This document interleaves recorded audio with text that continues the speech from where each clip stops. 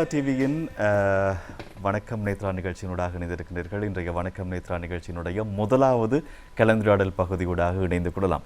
இன்றைய முதலாவது கலந்துரையாடல் பகுதியில் நாங்கள் பேசப் போகின்றது முக சீரமைப்பு சத்திர சிகிச்சை தொடர்பில் தெளிவான பல விளக்கத்தை தருவதற்காக மோடு இணைந்திருக்கும் வைத்தியரை நாங்கள் இணைத்துக் கொள்ளலாம்.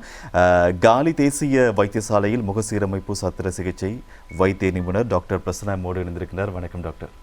வணக்கம். குறிப்பாக டாக்டர், இந்த முகமாற்று சத்திர சிகிச்சை, முக சீரமைப்பு சத்திர சிகிச்சை, இந்த இரண்டுக்கும் இருக்கக்கூடிய வித்தியாசம் என்ன டாக்டர்? சில நேரம் அதை புரிந்து கொள்வது கொஞ்சம் கடினமாக இருக்கும். வணக்கம் நேத்ரா டிவி அன்பர்களே. மீண்டும் ஒரு மருத்துவம் சம்பந்தமான நிகழ்ச்சிகள் கலந்து கொள்வதை இட்டு மகிழ்ச்சி அடைகின்றேன். இன்று இந்த முக சீரமைப்பை சம்பந்தமாக பற்றி கதைக்க வந்திருக்கோம். நீங்கள் கற்றிருந்தீர்கள் முக மாற்று அறுவை சிகிச்சையும் முக சீரமைப்பு அறுவை சிகிச்சையும் அதற்குரிய வித்தியாசத்தை பற்றி. பொதுவாக நாங்கள் செய்வது முக சீரமைப்பு. ஒரு முகத்தின் அமைப்பிலிருந்து ஒரு வேறுபடைக்கல அதுண்ட அந்த முகத்தை நாங்கள் ஒரு பழைய நிலைக்கு கொண்டாடுறது முக சீரமைப்பு. முக மாற்று அறுவை சிகிச்சை என்றது உதாரணத்துக்கு ஒரு ஹார்ட் டிரான்ஸ்பிளான்டேஷனோ ஒரு கிட்னி டிரான்ஸ்பிளான்டேஷனோ அப்படி யோசியுங்கள். ஒரு முகம் ஒரு சிவியராக சேதமடைஞ்சிருக்குது, அது ஒரு சீரமைக்க முடியாத ஒரு கட்டம் கொண்டு வருமென்று வச்சுக்கொள்ளுங்களேன். ஒரு எலும்பு இல்லாமல் இருந்தால் நாங்கள் ஒரு எலும்பை எடுத்து வச்சு அந்த முகத்தின் பகுதியை நாங்கள் சீரமைப்போம். அது மாதிரி ஒரு தோலோ ஒரு சதையோ சீரமைக்கக்கூடியதாக இருக்கும். ஒரு கண்டிஷனை யோசிங்கள் ஒரு ஃபுல்லாக சிதைவடைந்து விட்டால் என்றால் ஒரு ஆப்ஷன் இருக்குது முக மாற்று அறுவை சிகிச்சை என்றால் ஒருத்தர் டோனர் ஒரு ஆள் தன் முகத்தின் ஒரு அந்த பகுதியை வழங்க வேண்டும். பொதுவாக இன்னொருத்தர் ஒரு மரண தருவாயில் இருக்க ஒரு பிரெயின் டெத் ஆனவர்கள் ஒரு டொனேஷன் ஒரு முகத்தின் தானம் செய்ய கன்சர்ன் என்று கொடுத்தால் அவற்றை அந்த முகத்தின் அமைப்பு எடுத்து தலை அந்த முகம் கழுத்து பகுதி அந்த தோல் அந்த சதையில் எடுத்து இவருக்கு பொருத்தி அந்த இரத்த நாளங்கள் நரம்புகள் அதை ரீகனெக்ட் பண்ண வேணும். அப்போ அவற்றை ஐடென்டிட்டி மாறும். அது முகம் மாற்று அறுவை சிகிச்சைன்னு சொல்லுவது. அது அவ்வாறு இருக்க இந்த முக சீரமைப்பு சத்திர சிகிச்சை தொடர்பில் தான் நாங்கள் இன்றைக்கு பேசுவதற்கு தயாராக இருக்கிறோம். அதாவது முகத்திலே இருக்கின்ற சின்ன சின்ன மாற்றங்கள், அதாவது சின்ன சின்ன ஒரு காயமாக இருக்கலாம், உதடுகளில் சின்ன சின்ன சேதமாக இருக்கலாம், அவற்றிலிருந்து அது சீரமைக்கிறது தான் இதனுடைய முக்கிய குறிக்கோளாக இருக்க முடியுது டாக்டர். பொதுவாக பார்க்க போனால் முகத்தின் அமைப்பு ஏன் மாறுபடுகின்றது அதை நாங்கள் வகைப்படுத்தலாம். ஒன்று பொதுவாக பிறவியிலேயே முகத்திலே ஒரு அவயவம் குறைபாட்டுட பிறக்கக்கூடிய குழந்தைகளாக இருக்கலாம். பொதுவாக முகத்தில் ஏற்படும் குறைபாடுகளை நாங்கள் அன்னப்பிளவு, உதட்டு பிளவு, திரையில் காண்பது போல உதட்டு பிளவு பொதுவான விஷயம் ஒன்று. ஒரு 600 குழந்தைகள் பிறக்கும் பொழுது இலங்கையில் ஒரு குழந்தை ஒரு உதட்டு பிளவு உடனோ ஒரு அன்னப்பிளவோடு பிறக்குவதற்கு காரணமாக இருக்கும். அது மட்டுமல்லாமல் முகமே 2 பிரிவாக பொருந்தாமல் பிறக்கக்கூடிய சிச்சுவேஷன்ஸும் இருக்குது. அதே மாதிரி இந்த மூக்கின் அமைப்பு மாறுபடும். சில வேளை மூக்கின் அமைப்பு மாறுபடும். அந்த மூக்கு ஒரு விகாரமான தோட்டத்தில் இருக்கும். அப்போ அதற்கான நாங்கள் சிகிச்சைகளை அளிக்க வேண்டியதாக இருக்கும். அதே மாதிரி சில பேர் இந்த காது குறைபாட்டோட குறைப்பார்கள். காதின் அமைப்பு விகாரமாக இருக்கும். சில பேருக்கு காது இல்லாமல் இருக்கும். அப்போ அந்த காதை நாங்கள் திரும்ப செய்து அந்த காது மாதிரி மெட்ட சைட்டில் உள்ள காது மாதிரி ஒரு நியனோமல் இதெல்லாம் நாங்கள் கொடுக்க வேண்டியதாக இருக்கும். இதுக்கு நாங்கள் பிரிவுகளை வச்சுருக்கோம். தாடை அறுவை சிகிச்சை பிரிவில் இதை சொல்கிறது கிளெஃப்ட் டிபார்ட்மெண்ட்னு சொல்கிறது. கிளெஃப்ட் டிபார்ட்மெண்ட் அது இந்த பெரிய ஹாஸ்பிட்டல் காலி தேசிய வைத்தியசாலையில் நான் அதுக்கு பொறுப்பாக இருக்கிறேன். அதே மாதிரி முதலும் நான் வடமாகாணம் நோர்லியா அங்கே வேலை செய்துட்டு வந்தேன்.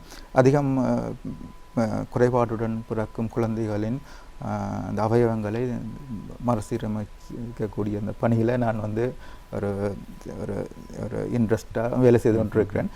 இப்பயும் வந்து நான் தென் மாகாணத்துக்குரிய அந்த சொசைட்டியில் வந்து ஒரு லீடிங் சர்ஜனாக வேலை செய்து கொண்டிருக்கேன். ஒரு நூற்றுக்கணக்கான சிறுவர்களை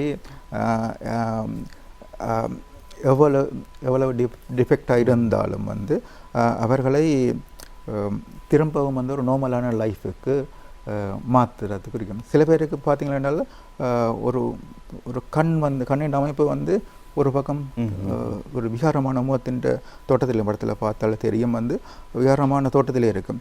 அப்படியான அவர்களுக்கு வந்து கொஞ்சம் ஒரு ஒரு நார்மலான ஒரு வாழ்க்கையை கொண்டு நடத்துவது கொஞ்சம் கஷ்டமாக இருக்குது. அதாவது அந்த பிறந்தவுடனே இவ்வாறான தோற்றத்தோடு பிறக்கின்ற குழந்தைகளுக்கு காலப்போக்கில் அவர்கள் பாடசாலைக்கோ இல்லை வெளி உலகத்துக்கு செல்லும் போது நிச்சயமாக பலரால் உளரீதியிலே தாக்கப்படுவார்கள்.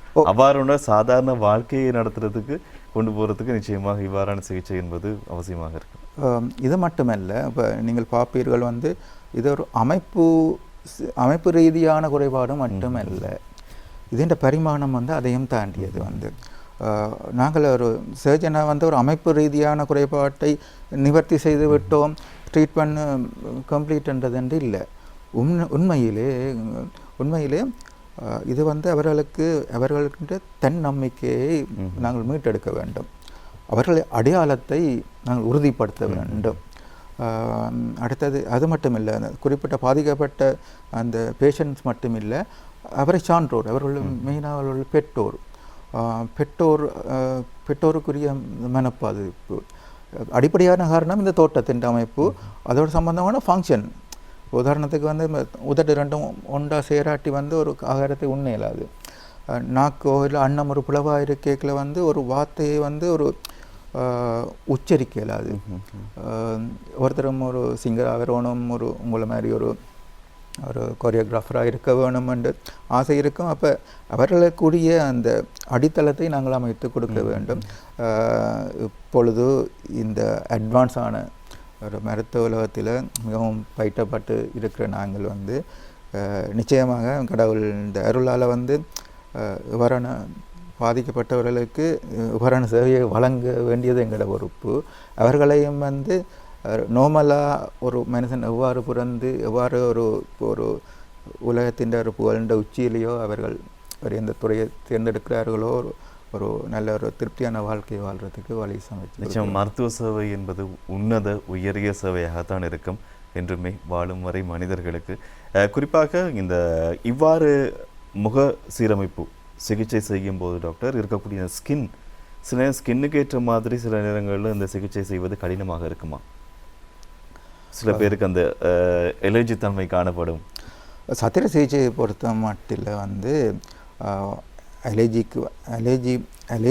அலர்ஜின்றது வந்து நாங்கள் வந்து பாவிக்கிற மருந்து அதன் ஒவ்வாமை பொதுவாக சிகிச்சையை பொறுத்த மட்டில் குறைவு.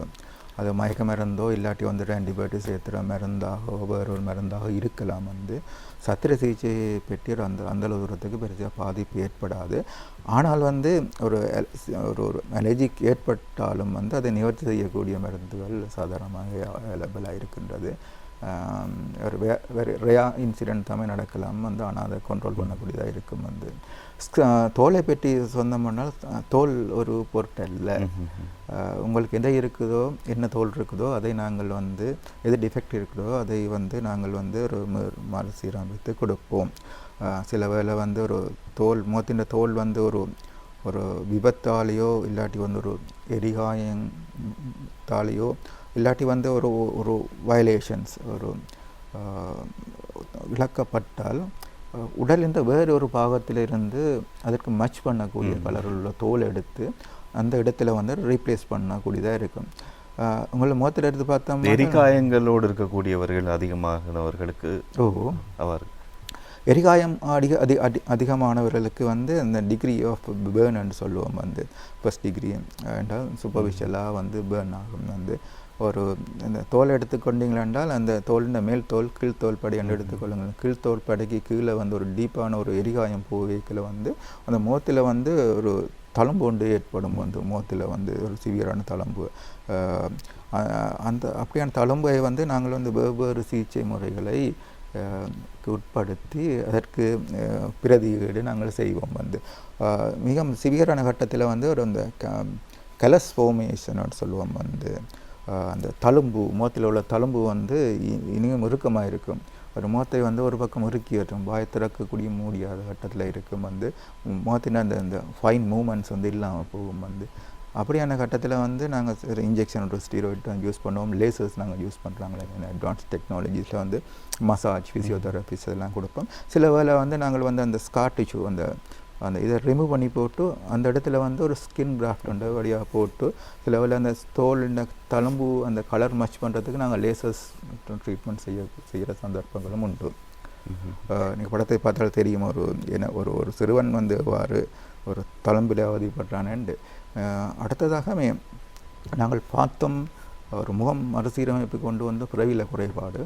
அடுத்தது பொதுவான விஷயத்தை நாங்கள் பார்க்க போனால் வந்து இந்த ஆக்சிடெண்ட் டாக்டர் ஒரு கேள்வி இந்த மாதிரியான தோற்றங்கள் அதிகமாக காணுகின்றோம் அதாவது உதட்டு பகுதியோடு இருக்கக்கூடிய இந்த மாற்றங்கள் இவ்வாறு இருக்கும் தோற்றம் இது சாதாரணமாக சிகிச்சைக்கு எத்தனை நாட்கள் சரியாகும் டாக்டர் இதை அன்னப்புலாவுன்ற தனிப்பட்ட ஒரு செக்ஷன் உண்டு அதில் கதைக்க போனால் ஒரு ப்ரோக்ராம் வேணும் காய்ச்சி முடியறதுக்கு முதலுக்கான ப்ரோக்ராம் நான் செய்திருக்கோம் அன்னப்புலாவு வந்து ஒரு சீரியஸ் அன்னப்புலாவோட பிறக்கிற குழந்தைகள் வந்து அதன் சிவியாரிட்டியை பொறுத்து அவர்கள் போக வேண்டிய சிகிச்சைகள் சர்ஜரியின் எண்ணிக்கை வந்து மாறுபடும் இவ்வாறான ஒரு அன்னப்புலாவு மட்டும் இருந்தால் வந்து பிறந்த ஒரு 3 மாதம் அல்லது 5 மாத காலப்பகுதியில் வந்து அந்த அன்னப்புலாவை நாங்கள் சரிப்படுத்தி விடுவோம் அப்போ அந்த பிள்ளை வந்து பால் குடிக்கிறது கதைக்க தொடங்குறது வந்து அது வந்து இப்போ இருக்கிற எங்களோட எக்ஸ்பீரியன்ஸுக்கும் டெக்னாலஜிக்கும் வந்து நாங்கள் வந்து அந்த ஒரு மார்க்கே இல்லாமல்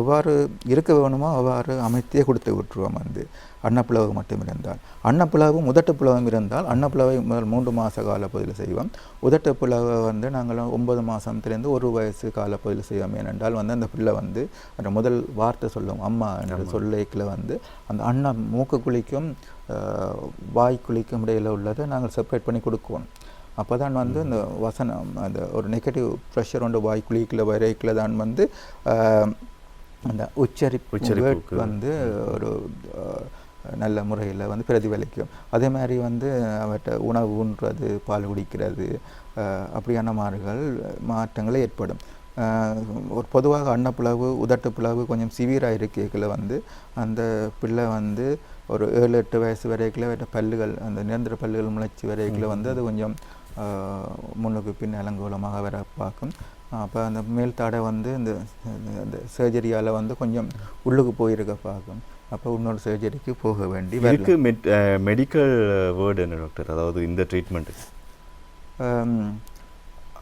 மெடிக்கல் வேர்ட் வந்து அன்னப்புலவு சம்பந்தமான சர்ஜரி வந்து cleft lip and palate surgery என்று தான் பொதுவாக அந்த ட்ரீட்மெண்ட்டை சொல்கிறது வந்து ஃபேஷியல் பிளாஸ்டிக் சர்ஜரியில் வந்து cleft lip and palate facial reconstructive surgeries வந்து அதே மாதிரி வந்து இப்படியான பிள்ளைகளுக்கு வந்து இந்த மூக்கின் அமைப்பும் சில வேலை மாறுபடும் அது வந்து சர்ஜன் இந்த பிரைமரியில் சர்ஜரியில் எவ்வாறு ஆப்ரேட் பண்ணுறாரு அவர்களுடைய டேலண்டை பொறுத்து மூக்கின் அமைப்பையும் வந்து நீங்கள் ஃபோட்டோஸில் பார்க்கலாம் வந்து அந்த மூக்கின் அமைப்பு வந்து ஒரு 13 வயசு அடையும் போது 17-18 வயசு இல்லாட்டி சில 14 வயசு வரைக்கும் வந்து நாங்கள் அந்த மூக்கையும் வந்து சரி பண்ணி கொடுப்போம் இந்த நிறைய இந்த சினிமாவில் நடிச்செல்லாம் மாற்றிருக்கிறாங்க மூக்கு பெருசாக இருக்கிறது சின்னதாக்குறது சிகிச்சை அவ்வாறான சர்ஜரியும் செய்கிறாங்க ரீகன்ஸ்ட்ரக்டிவ் சர்ஜரி 2 விஷயம் இருக்குது கொண்டு வந்து நீங்கள் அதை காஸ்மெட்டிக் சர்ஜரி காஸ்மெட்டிக் சர்ஜரி இப்போ நாங்கள் இந்த கதைச்சி கொண்டிருக்கிறது வந்து ரீகன்ஸ்ட்ரக்டிவ் சர்ஜரி வந்து காஸ்மெட்டிக் சர்ஜரி என்றால் வந்து அவருக்கு அந்த மூக்கின் அமைப்பு நல்லா தான் இருக்கும் அவர் வந்து அந்த மூக்கின் அமைப்பை என்ஹான்ஸ் பண்ண போகிறார் வந்து இனியிலேருந்து ஒரு அட்ராக்டிவாக ஆக போகிறார் வந்து அது வந்து காஸ்மெட்டிக் சர்ஜரின்னு சொல்கிறது இப்போ நாங்கள் இன்றைய காட்சி கொண்டிருக்கிறது வந்து அவருக்கு வந்து ஒரு டிஃபார்மிட்டி ஒன்று இருக்குது வந்து அந்த டிஃபார்மிட்டியை வந்து நாங்கள் வந்து நார்மலாக கரெக்ட் பண்ணுறோம் வந்து இதை சொல்கிற ரீகன்ஸ்ட்ரக்ஷன் என்று சொல்கிறது டாக்டர் இப்போ இந்த பிறப்பிலிருந்து இருக்கக்கூடிய இந்த தோற்ற மாற்றம் அதுக்கான சிகிச்சையாக தான் இதை பேசுகிறோம் இதை தாண்டி அடுத்த கட்டம் எப்படி அடுத்த கட்டம் வந்து இது பொதுவான விஷயம் எங்கள் இலங்கையில் நடக்கிறது வந்து ரோட் டிராஃபிக் ஆக்சிடெண்ட் வந்து ஒவ்வொரு நாளும் நீங்கள் பார்த்து கொண்டிருப்பீர்கள் வந்து ஒரு விபத்துக்கள் ஏற்படும் பொழுது ஒரு மோட்டார் சைக்கிளாக இருக்கலாம் மோட்டார் சைக்கிள் பொதுவான விஷயம் அடுத்தது வந்து 3 வீலர், அடுத்து வந்து பொது போக்குவரத்து public transport and private transport, mainly வந்து பஸ்ஸு போட்டிக்கு ஓடுறது வந்து சடன் பிரேக் வந்து இந்த ரோட் ரூல்ஸ் ஃபாலோ பண்ணாமல் இருக்கிறது வந்து இளைஞர்கள் மத்தியில் வந்து இந்த வால்வெட்டு குழுக்கள் வந்து அடுத்தது வந்து குடும்பங்களில் ஏற்படும் இன்டர்பர்சனல் வயலன்ஸ் வந்து சொல்கிறது வந்து அடிக்கிறது, கணவன் மனைவியை தாக்குற மனைவி அவ்வாறான நிலைமைகள். அடுத்தது வந்து அந்த வேலைத்தலங்களில் அந்த வேலை செய்யும் அந்த உபகரணங்களால் ஏற்படுகின்ற இன்ஜரிஸ் வந்து தொழிற்சாலைகளில் வேலை செய்யும் பொழுது அவர்கள் அந்த ப்ரொடெக்டிவ் ஈக்விப்மெண்ட்ஸ் வந்து இந்த பாதுகாப்பு கவசங்களை அணிந்து கொண்டு தான் வேலை செய்ய வேண்டும். வந்து ஒரு கம்பெனியின் நிர்வாகம் வந்து வடிவான ஒரு ப்ராப்பராக இல்லை என்றால் வந்து அவர்களது வேலையாட்கள் வந்து அந்த ப்ராப்பர் இன்ஸ்ட்ருமெண்ட்ஸை யூஸ் கெஜெட்ஸை யூஸ் பண்ணாமல் கவசங்கள் அதெல்லாம் அணியாமல் இருக்கும் பொழுது ஒரு சின்ன தவறு ஏற்படும் பொழுது முகம் சிதைவடையும். வந்து இந்த ஃபோட்டோகளில் பார்க்கலாம் வந்து எவ்வாறு ஒரு முகத்தில் ஒரு சிதைவடையுது என்று. இது வந்து இப்போ ஹாஸ்பிட்டல் செட்டப்பில் வந்து இது வந்து ஒரு பிக் பேர்டன்ஸ். வந்து ஒரு நாள் எங்களோட ஓட்டை வந்து பார்த்தீங்களா என்றால் வந்து நான் சர்ஜனாக இருக்கையில் எனக்கு ஒரு 10 பேர் வேலை செய்ய வேண்டால் ஓட்டு ஒன்று இருக்கும், தியேட்டர் ஆப்ரேஷன் தியேட்டர் போய் கொண்டிருக்கும், அதே நேரம் கிளினிக்கிலே பார்க்க வேண்டும். அப்போ எல்லா இதுவும் வந்து பரவலாக போய் கொண்டிருக்கும். ஓட்டில் ஒரு நாளும் காலையில் போய்க்கல ஆக்சிடென்ட் அண்ட் எமர்ஜென்சியில் போய்க்கல வந்து இந்த முகத்தில் அடிபட்டு வந்து தீக்காயம் இதோட வந்து ஓட்டு கொஞ்சம் ஃபில் பண்ணியிருக்கும். அப்போ அடுத்தடுத்த நாள் வந்து அந்த பேஷண்ட் ஆனால் கிளியர் பண்ணணும். வந்து அந்த முகத்தின் எலும்பு அமைப்பு வந்து ஒரு மிகவும் மென்மையான அமைப்பு. வந்து ஒரு சின்ன ஆக்சிடென்ட் ஒன்று ஏற்படும் பொழுது முதல் மென்மையான எலும்புன்றபடியால் முதல் உடையிற அந்த எலும்பு வந்து இந்த முகத்தின் எலும்புகளாக தான் இருக்கும். வந்து மூக்கின் எலும்பு இதே விட மென்மையானது.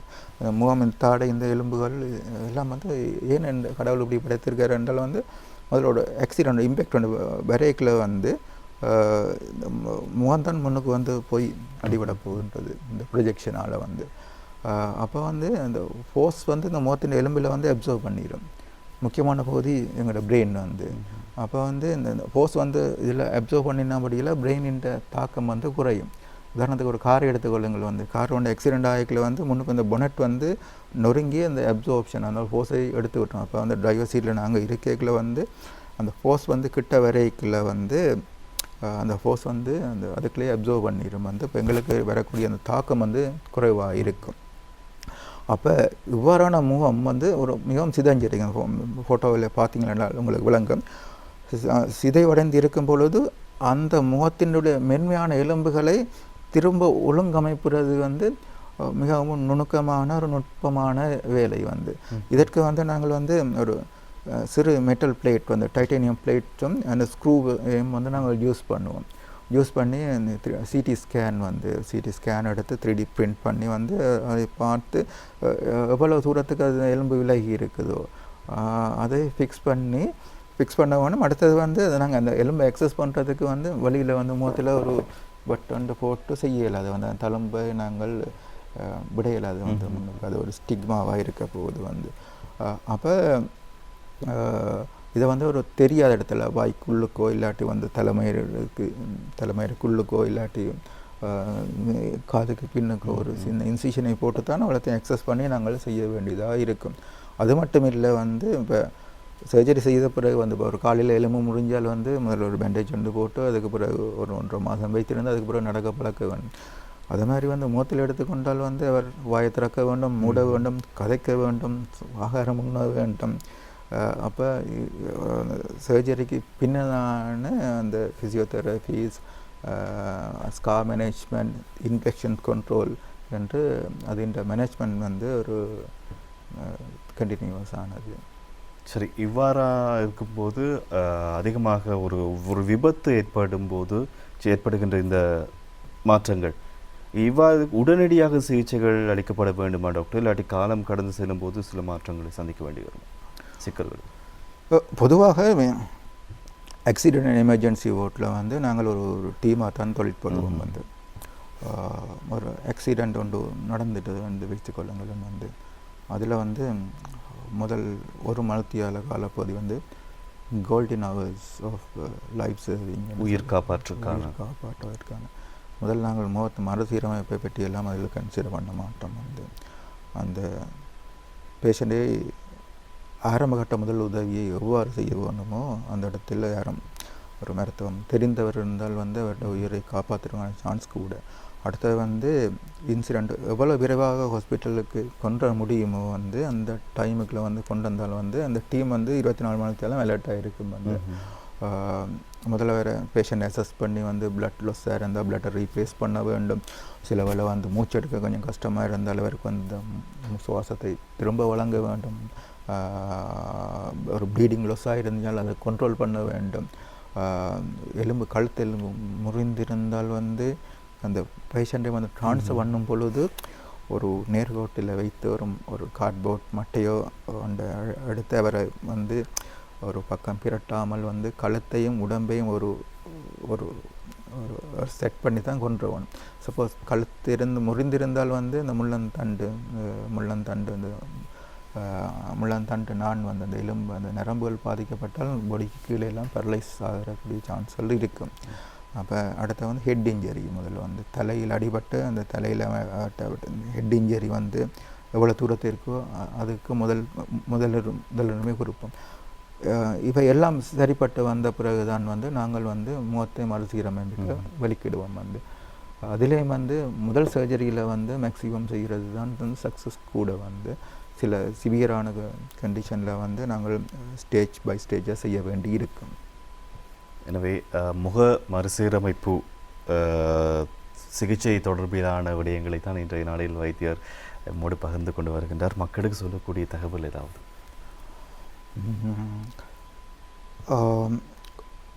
மக்களுக்கு சொல்ல வேண்டிய தகவல் வந்து ஒன்று வந்து உங்களால் இந்த முக குரல்வை பற்றி உங்களால் தடுக்கக்கூடியதாக இருக்கும். உங்களோட கண்ட்ரோலுக்கு அப்பாற்பட்ட விஷயங்களும் இருக்கும்.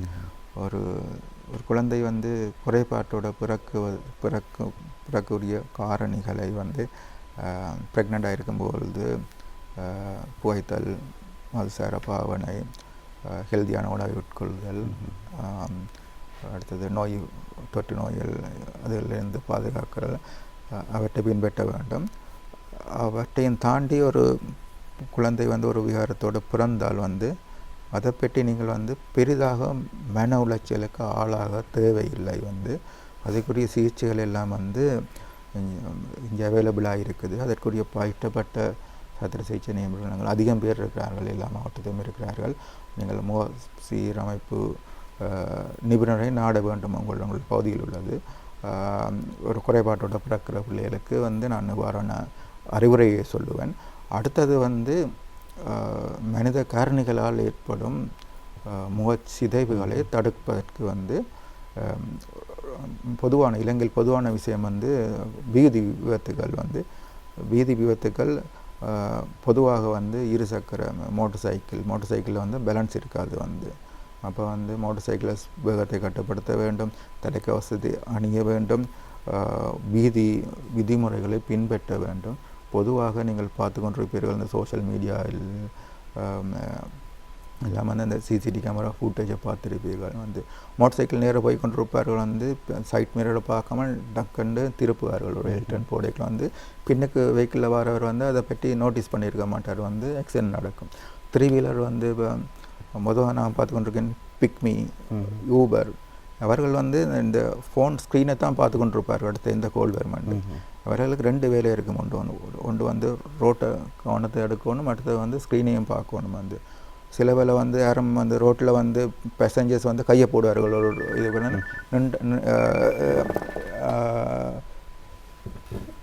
அவர்கள் வந்து டக்குன்னு அந்த 3 வீலே நிப்பாட்டார்கள். அவர்கள் பின்னுக்கு வரவர்களை கண்ட்ரோல் பண்ண முடியாமல் இருக்கும். இவ்வாறான விஷயங்கள் தவிர்க்கப்பட வேண்டும். அடுத்தது ப்ரைவேட் பஸ் வந்து இந்த போட்டிக்கு ஓடுறது வந்து சடன் பிரேக் அடிக்கிறது, வந்து பார்த்திருப்பம் வந்து அந்த பேசஞ்சர் இவ்வாறான இதுகள் தவிர்க்கப்பட வேண்டும். வீதி விபத்தில் தடுக்கப்பட வேண்டும், வீட்டில் ஏற்படுகிற வன்முறையில் தடுக்க வேண்டும். இவ்வாறான விஷயங்களை நான் மக்களுக்கு மென்மையானது முகம், அந்த முகத்தை காப்பாற்றிக் கொள்வது உண்மையிலே கவனத்தில் செலுத்தப்பட வேண்டிய ஒரு விடயம். நன்றி டாக்டர். இன்றைய ஒரு பௌர்ணமி விடுமுறை நாளில் சிறப்பான நல்ல பல விடயங்களை, மருத்துவ தகவல்களை உங்களோட மக்களுக்காக தந்திருந்தீர்கள். நன்றி. தேங்க்யூ. இன்று எம்மோடு இணைந்திருந்தார் முதலாவது கலந்துரையாடல் பகுதியிலே காலி தேசிய வைத்தியசாலையில் முக சீரமைப்பு சத்திர சிகிச்சை வைத்திய நிபுணர் டாக்டர் பிரசன்னா. அவர்களுக்கு நன்றியை தெரிவித்துக் கொள்ளலாம். தொடர்ச்சியாக நேத்ரா டிவியின் வணக்கம் நேத்ரா நிகழ்ச்சியிலே 2 சிறப்பான கலந்துரையாடல் பகுதிகள் காத்திருக்கின்றன. ஜெய்மன் உங்களோடு இணைந்திருப்பார். அடுத்ததாக வருகின்றது ஒரு பாடல்.